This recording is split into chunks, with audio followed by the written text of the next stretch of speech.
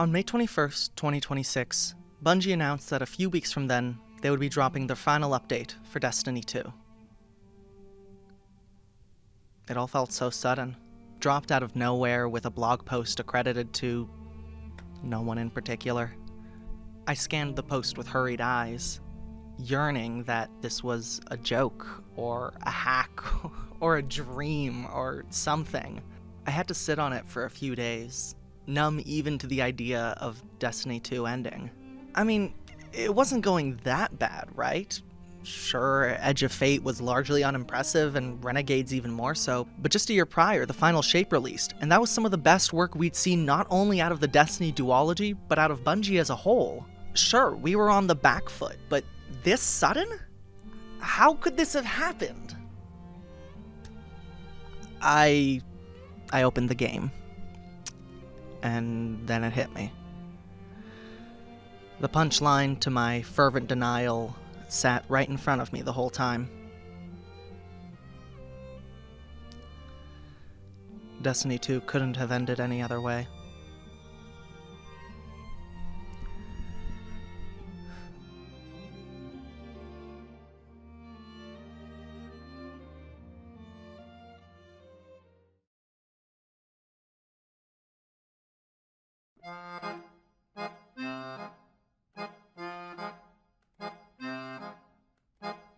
When talking about the downfall of Destiny 2, or whatever you want to call it, I feel like there are some easy things to get out of the way first, namely being the near universally lambasted edition of the Portal. I say edition, but really it was more of a replacement. Added in the Edge of Fate, the Portal was the game's answer to many of the complaints that have been levied against the new and hardcore experience in Destiny. For new players, the game was daunting to approach. Endless flashing icons on the director, and no clear goal left many turned off. Even the addition of the new Light campaign in 2019, which was basically just 2 hours of hand-holding, wasn't enough to hook players. This left the game in a state where it could only exist with hardcore players in mind, and they had their own frustrations.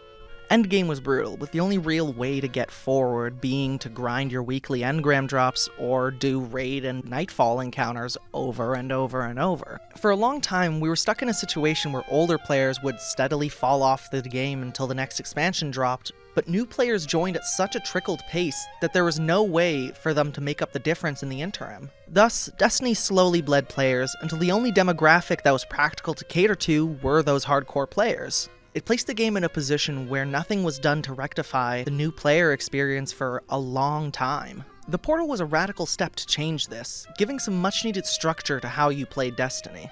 Activities were cordoned off into their own sub-menus based on a few factors, primarily the team size, intensity of combat, and mechanical complexity. We had solo ops, something you could jump in for about 10 minutes and get a reward, fire team ops, normal 3-player strike missions with matchmaking, Pinnacle Ops, containing exotic missions, and Crucible, the PvP mode, which was pretty much unchanged from its pre-Edge of Fate format. At first, I actually found myself enamored with the Portal and its changes. However, a few months in, the cracks were visible. The community at large basically rejected it wholeheartedly at this point, and despite Bungie's attempts at revitalizing the system, adding a 5th tab for Arena Ops, something was missing. The director may have been flawed, severely flawed even, but it gave a real sense of scale the world of Destiny had to offer. The Portal, a streamlined and more approachable system, was just that. Streamlined. Nuances of the game's design, like the hidden missions, where each planet was in relation to the other, and their almost entirely self-contained structure, were depreciated in favor of endless missions with no context, no intentionality to really latch onto. Patrol zones became essentially pointless, only being relevant when playing previous campaigns. With the Portal, what reason would you have to go to any of the planets? Patrol bounties giving a pittance as a reward? Chests dropping dated loot with irrelevant stats?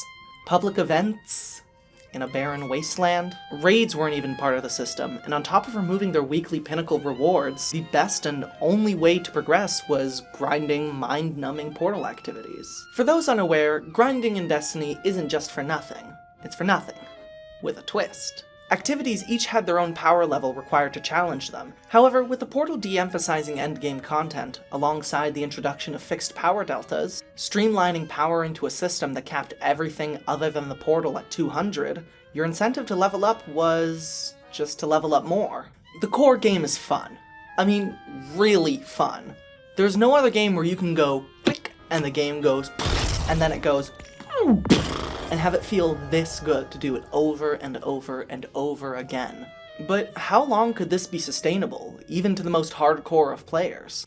Let's talk some more about that new player experience. On the game's release, and for a few years afterwards, the new player campaign was the Red War.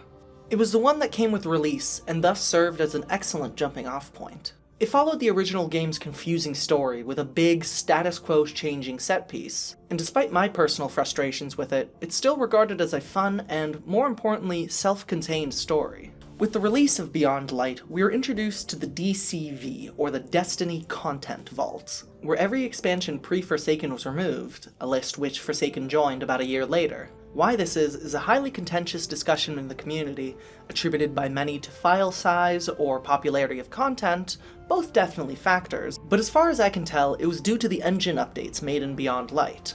Due to the supposedly huge cost of remaking every campaign, they elected only to port Shadowkeep in the Moon, Forsaken's post-game location the Dreaming City, and the base game planets. So no Red War, no Curse of Osiris, no Warmind, all raids pre-Last Wish were just gone. And not to mention that seasonal content was completely deprecated after the year's expansion cycle was over.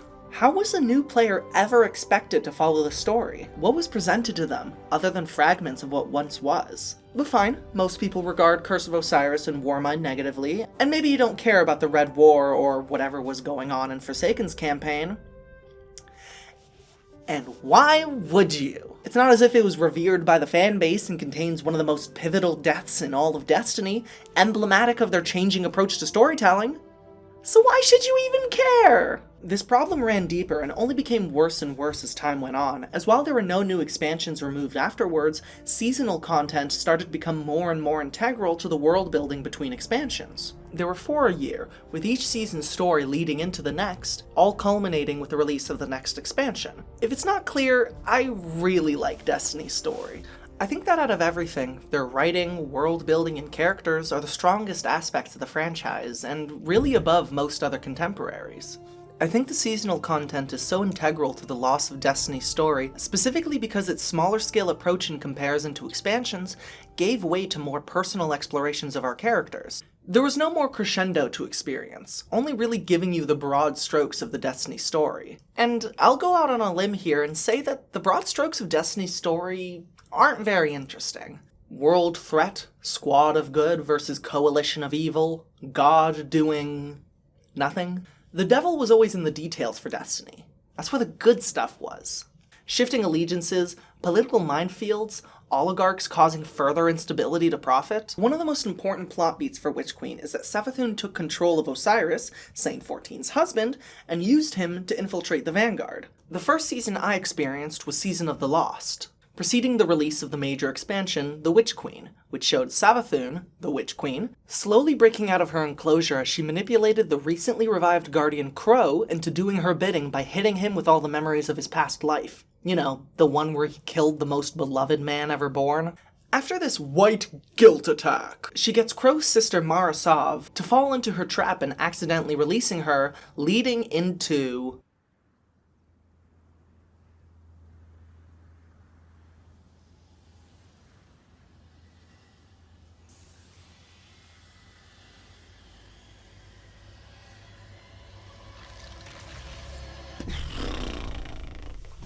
the Hive have fucking ghosts now.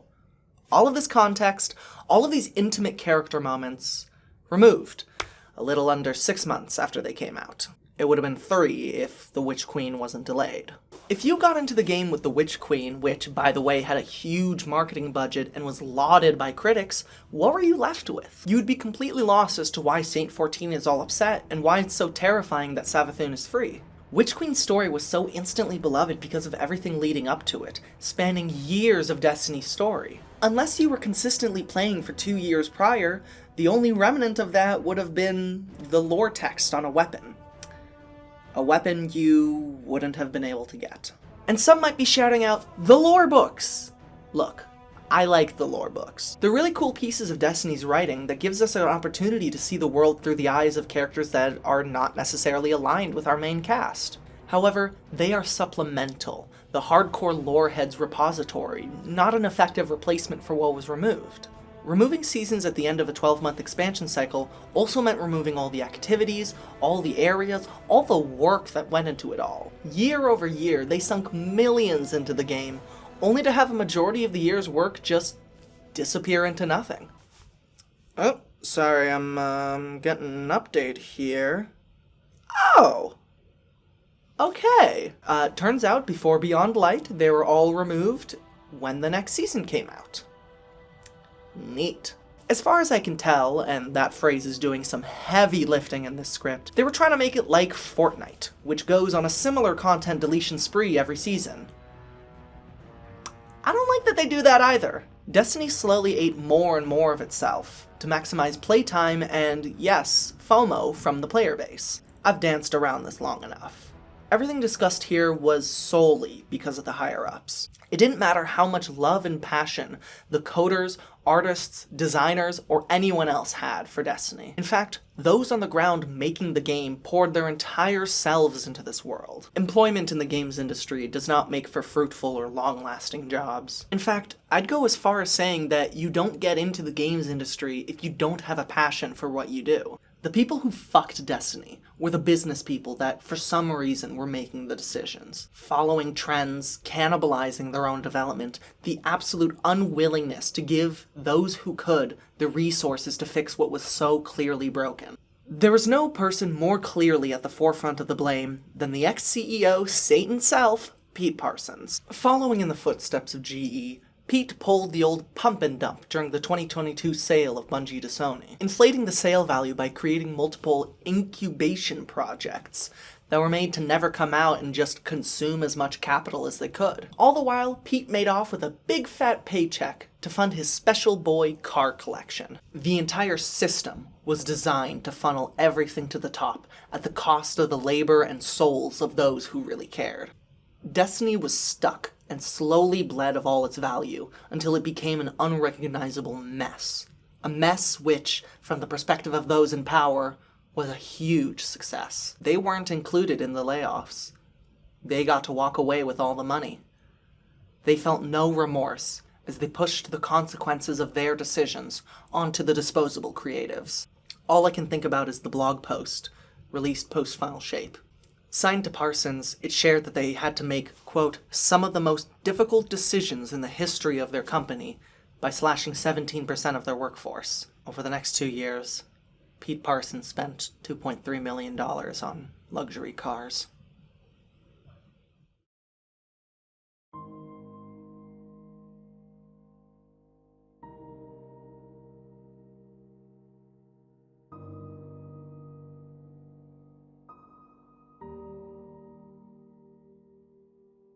To pull back the veneer, or be real, this was incredibly depressing to write.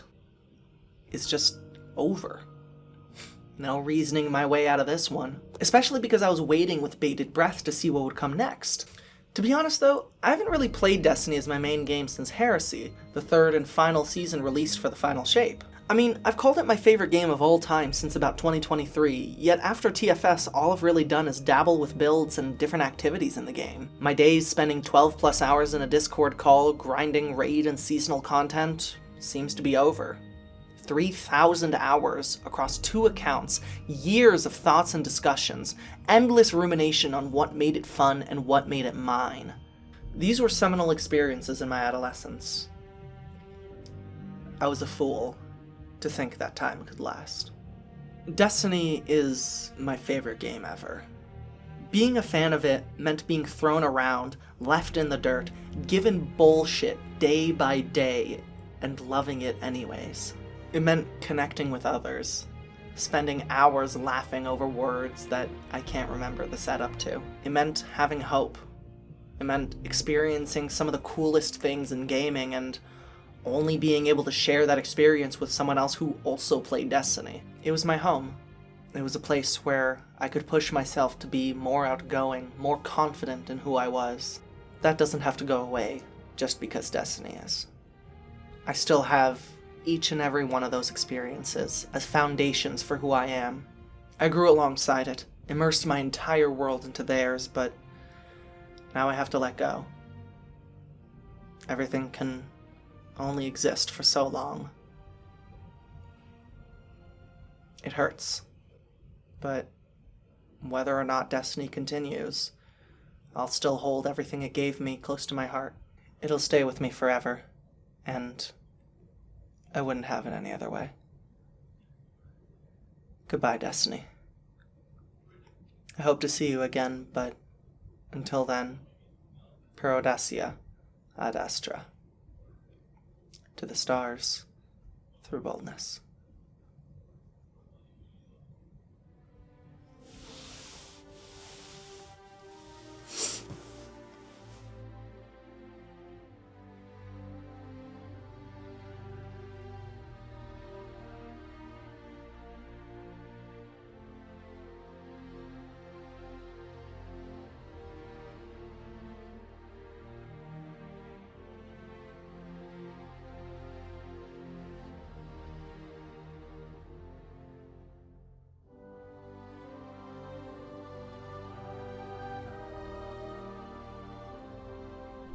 Do I want to be lit better? I don't know. I just went through so much setup just to start this script, and I'm surrounded with lights, right?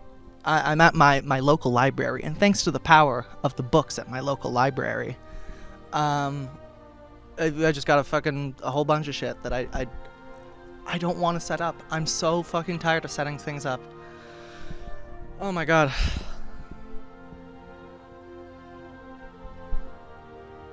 Oh, I could so easily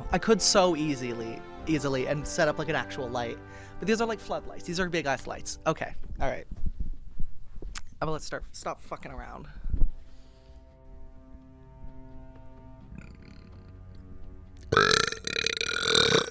Ooh! Damn. No fucking wonder it was so hard for me to speak. I have so much goddamn air in me. Jeez. How do we live with this stuff?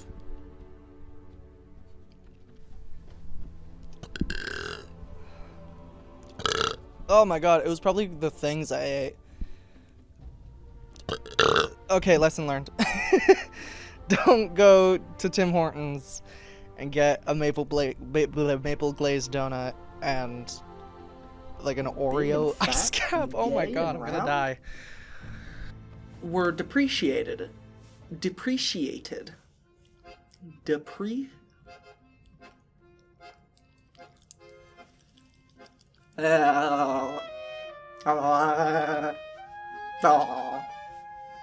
For those underwear. What a silly fibbage I've just made. We've had lots of fun, ladies and gentlemen. Please give it up for your presenters. Zoe. Okay, I'm at the end of editing, and I just need to rant because seemingly everything has gone wrong during the production of this video. Like, there's nothing that could have gone wrong more. Okay, first, yeah, for some fucking reason, it just, like, flashes to the start of the clip. Like, I'm here in the vault. I'm back in the cantina. Oops. Oh, there, I'm back in the Lumicon. The Savathun cutscene was specifically fucky. Like, what is this? What is this? Why do you keep flashing back to the start of the clip? Why? And this happens with everything for some reason. Kind of. Like, it just takes frames from the start of the clip. Here, let me... So this was a render I did to try to see... Shut up. The Witch Queen. Why? What is this? It just keeps flashing back to the start of the clip for no fucking reason. And I don't get it. I don't get it. It's like... What's so specifically frustrating is that it seems to fix itself and then break itself again. Number 2. Why do so many of these clips I've downloaded, not that one, why do they have no audio? They have audio before I put them in Vegas, now they don't. Oh, and if that wasn't good enough, how about this one, where there's no audio except for here, this giant chunk right there, which is just screeching audio. It interpreted something else as audio, I guess? I don't know. What did you put in these channels? I had an error that I can't recreate where it told me my undo buffer was fucked up in some way, and then I had to save the project under a different name and restart Vegas. Okay, sure. Maybe it's a memory thing. Whatever. Literally, I'm at the end here, and I'm like, okay, yeah, I'm gonna select a chunk to try to replace these empty events. What are you doing there? What do you mean return to a dream is over here? What? Where did you come from, and why are you so tiny? That's what people say about me. God damn it.